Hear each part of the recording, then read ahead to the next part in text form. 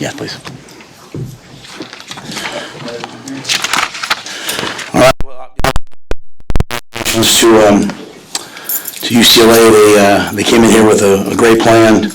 I think Deshaun's doing a great job. Coach Bieniemy, the OC, doing a lot of really good things. And Garbers, the quarterback, came in the game hot, hurt us with his feet and his arm.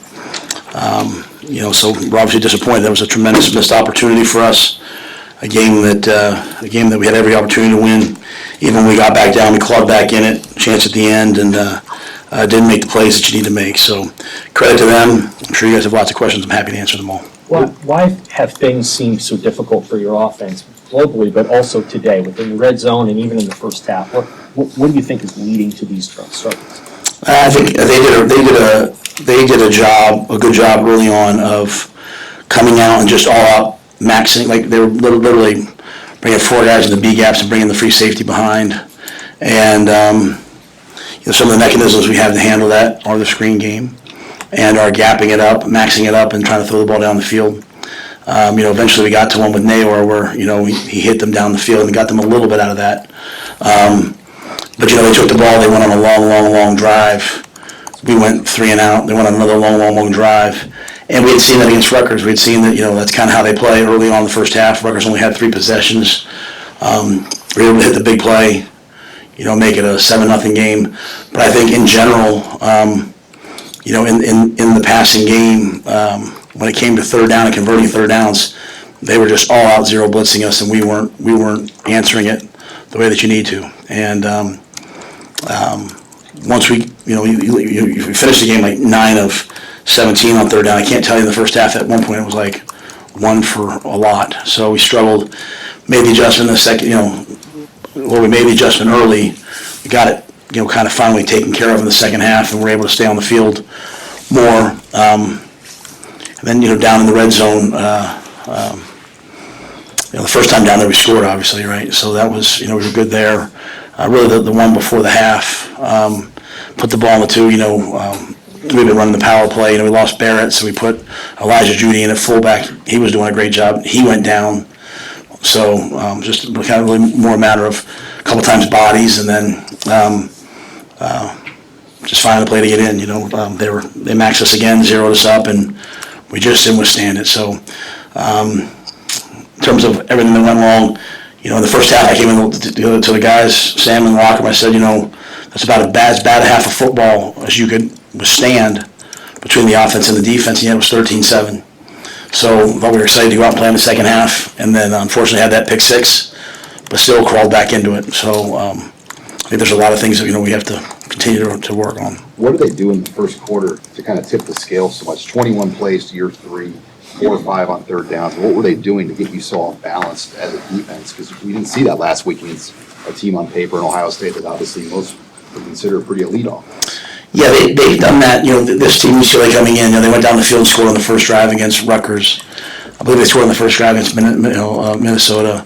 They have a veteran quarterback who's kind of finding his rhythm in that offense. And they won on third down versus man. They threw the shallow cross, they threw the corner route. We were able to hold them to a field goal, but we just couldn't get off the field early on in that drive on that series. And the second time through, we really couldn't get off the field as well. As I told the guys when I kind of pulled them all up, it was we had a sack, we just kind of fell off him, he ran out.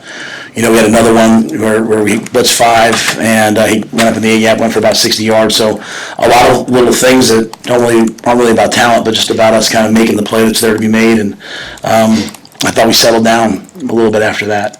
But I think Garber's legs hurt us, and but we came into it knowing like, hey, they've moved well early. The key to people has been wearing them down in the fourth quarter. Like that game was a carbon copy of their Minnesota game, where Minnesota got the ball back and went down the field. They just made one more play to win the game, and unfortunately, Heinrich makes the fourth down stop. We get down there, and then we take a penalty, we lose the time, and we don't make the plays. That penalty, the pick 6 on the first play of the third quarter, how difficult was that to withstand? And do you think that Dylan did he not see the linebacker? And also was that an issue with him as far as not seeing things downfield at times during the game?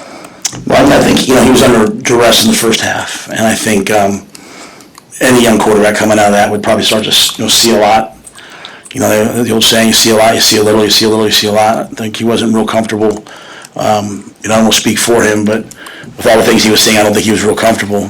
No, that was a play action pass to Thomas down the middle of the field into cover 2, and he was running free. It was going to be an explosive play, and in behind it is an in cut, and he just threw the in cut. So credit to him. I thought after that, he settled down. We found some run game, and again, a lot of that was kind of what we had seen people do against them, right? They withstand the early storm from UCLA and their script, and then you kind of make the plays to get back in the game. Unfortunately, that pick 6 and really the missed opportunity down the red zone on the first time that hurt us and set it apart. On that last touchdown drive, I know it was a little hectic with Dillon getting hurt and whatnot, but were you okay with the pace, or did you want your offense to kind of pick up the pace? Yeah, my philosophy has been in those situations, like you're in a 2-for-1 situation, so you want to score before the 2-minute. So at 4:30, I know everyone was kind of upset. The crowd was booing. I think at one point, try to get everyone to calm down. I understand why, but we knew, we had 2 timeouts. We had the 2-minute conversion. We wanted to get in the right plays. Again, some of those things. Ramir Johnson went down. Elijah Judy went down. The quarterback went down. So trying to get the right people in the game to run some of those red zone plays, was a little bit difficult. And then with what they do, right? You're getting up there and it's either cover 2 or 0 blitz, so you're kind of having to check some things. So, but in the end, it works, right? We scored the touchdown. We scored it with 3:20 left. We stopped them. They punted the ball back to us, and we had 2:30, and we had a chance to go down and score. And in this league, if you have the ball at the end, the chance to go score and tie or win a game, that's Big Ten football. And we just didn't make the plays. Once we crossed the 50, you have to make, and obviously that penalty was big. Did Dillon decide on his own to go back in the game there for a second, or did you guys clear him to go back in and then? Well, the doctors cleared those guys, right? So I think, once the doctor said he was cleared, I just saw him running in. I wasn't part of anything saying, hey, let's get Dillon in here. I think once he went through whatever testing they had, he went to run out, and then obviously they just felt the pain again and just said, hey, I can't do this. So. Do you have a sense of where the injury was and what caused it? Was it just a hit? I think it was a hit to his back. Yeah, I think it was his back. How tough is this going into the bye week now? I mean, you had an opportunity, obviously, today to get to number 6. Now you got another whole week to think about this. I mean, how do you move forward from something like today? You just try to dominate tomorrow. I mean, it is what it is. I mean, it was a tremendous missed opportunity. It's a game that despite everything that happened early on, we weathered the storm and had a chance to go in. And now we have to battle back. So, it's the same question. You guys asked me after Indiana. I said, hey, we'll be back. I expect us to be back. Along the way, obviously when something like that, today happens, and that people are going to be disgruntled. You're going to hear things, and the players are going to hear things, and that's all part of it, right? That's all part of when you lose a game like this. And so, if I was in the stands today, I'd be frustrated. I know a lot of guys probably in the locker room are frustrated because they know we're better than that, right? And but we are where we are, and you have to just have to play yourself back into it. And we have 3 more opportunities to go play football. We've got some great seniors that I know want to win one, if not 2 or 3, and that's what we'll have to do. I know you guys have a standard. Players talk about having a standard on defense, and it felt like last week you played to that, but maybe 2 of the last 3 games maybe didn't play with that in the first half. Do you have a sense of why that maybe hasn't quite been there in the Indiana and this game? Well, I think sometimes you have to give credit to the other team.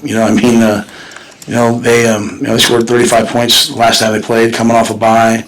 I thought they threw and caught. It wasn't like a game other than that one crack toss. It wasn't a game like we didn't tackle. We had some opportunities on the quarterback, and then we started making some plays late. After that pick 6, I thought the rest, we come out the first drive of the second half, we had the pick 6. I thought the defense after that, they did give up, 1 score, but I thought they hung in there.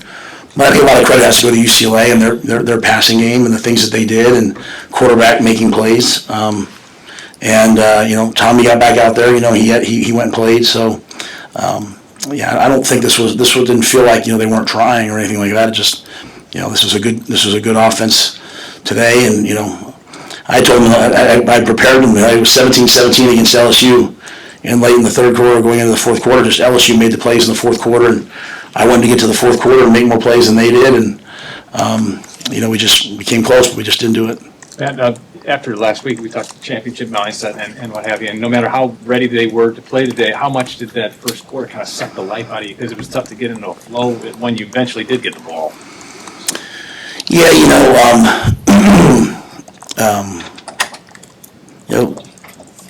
I hate to, I just don't want to say like, I don't want to make an excuse, like just the blocks, the plays, like they just weren't good enough, like we just didn't do enough good plays. Like when a guy made a play, like Jacory made that amazing catch, right? Naylor makes that amazing catch. But Dante had some good runs. All of a sudden now that leads to points. When you don't do those things, you're not going to score. And so, I thought credit to UCLA, they made some more plays than we did, and I don't want to make any excuses about, hey, we didn't have the ball or anything like that. At the end of the day, we had our opportunities.